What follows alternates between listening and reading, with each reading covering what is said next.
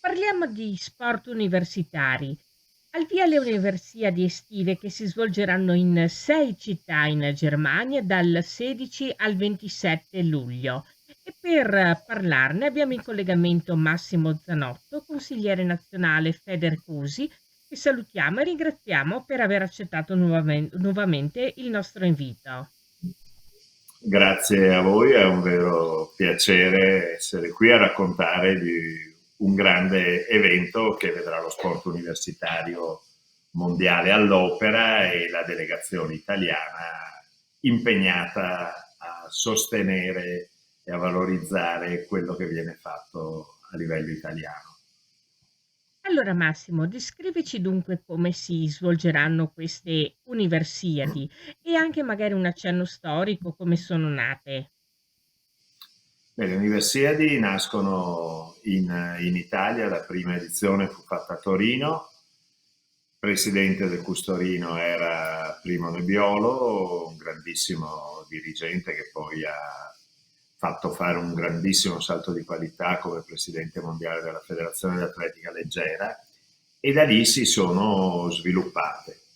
Il mondo sportivo universitario, soprattutto in alcune discipline, è sempre stato ai vertici mondiali, e questa manifestazione è diventata proprio un momento di incontro tra atleti studenti che riescono a coniugare la vita universitaria e la vita sportiva, e diventa una Olimpiade proprio degli studenti universitari con le stesse modalità di sviluppo, dalla cerimonia di inaugurazione a quella di chiusura.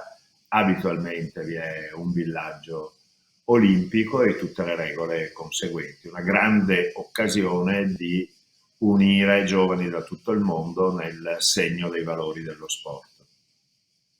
Parliamo Massimo di quella che sarà, di quella che è anzi la delegazione veneziana.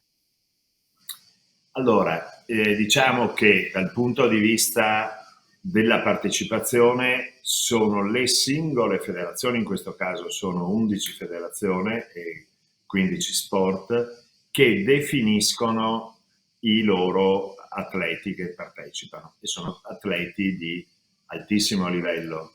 Nel caso degli sport di squadra, se non è la prima squadra è la seconda squadra, anche perché il limite di partecipazione è fino ai 25 anni, dai 18 ai 25 anni, regolarmente iscritti all'università, e quindi è questa la caratteristica. Le università presenti sono 50, di atleti iscritti alle università veneziane, nello specifico a Ca' Foscari, abbiamo Caterina Logò, che è atleta fino a quest'anno della Reyer, con cui ha vinto lo scudetto e la Supercoppa, quest'anno andrà ad Empoli. È un atleta che già con la nazionale ha conquistato la medaglia di bronzo ai campionati europei Under 20, e che adesso è stata convocata per il basket 3 contro 3 che si svolgerà nella parte della Renania e del Ruhr. Infatti la caratteristica di queste universiadi in Germania è che ci sono due aree. Una, l'area appunto della Renania e della Ruhr, con 5 città che sono Bochum, Duisburg, Essen, Mülheim an der Ruhr e Hagen, a cui si è aggiunta Berlino, dove ci saranno nuoto, tuffi, pallavolo maschile e pallavolo femminile. Quindi di studenti iscritti alle università veneziane abbiamo solamente Caterina.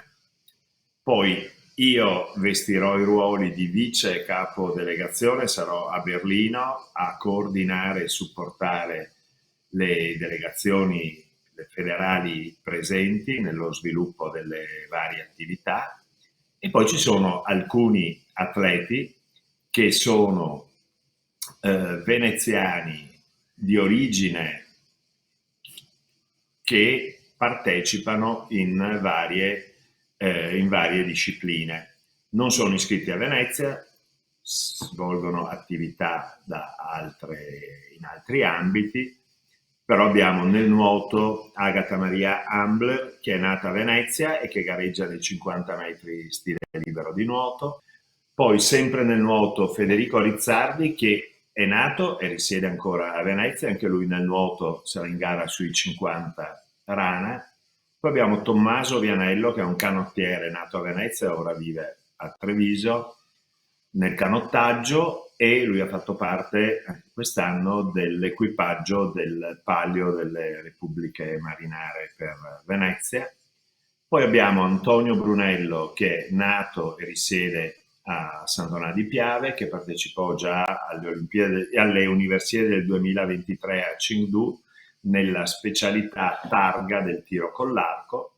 E poi abbiamo i due palleggiatori delle nazionali di volley, Mattia Boninfante, che è nato a Venezia, ed invece Ezra Kidera Blessing, palleggiatrice, che è nata a Lagos in Nigeria, però è residente a Noventa di Piave. Entrambi, questi ultimi due atleti, hanno fatto varie presenze anche in nazionale maggiore. Immaginiamo, Massimo, che coniugare sport e studio non sia facile per nessuno, quindi un ulteriore applauso a questi atleti studenti. No, sicuramente non è semplice. Si sta lavorando molto negli ultimi anni, sia a livello dei singoli corsi in collaborazione con le università, in progetti di dual career, profili di studenti atleti che vengono facilitati nel loro percorso universitario. Viene fatto anche a livello nazionale, e Federcusi, il presidente Dima, ha 3 anni fa ha deciso di sviluppare una ricerca proprio sulla dual career, cosa succede in tutte le università italiane attraverso i CUS, e raffrontarlo con quello che succede nel resto d'Europa. E recentemente anche il governo, il ministro dello sport Andrea Bodi, ha sviluppato un progetto specifico per parlare di dual career, quindi una facilitazione della vita sportiva con la vita universitaria. Chiarissimo. E dunque, per averci parlato delle Universiadi, che ricordiamo saranno di scena in 6 città in Germania dal 16 al 27 luglio, il tutto anche con una delegazione italiana, e in particolar modo abbiamo parlato di quella veneziana, e ringraziamo di cuore Massimo Zanotto, consigliere nazionale della Federcusi, per essere stato con noi. Grazie mille, grazie Beatrice, e vi aggiornerò sui risultati che speriamo siano positivi.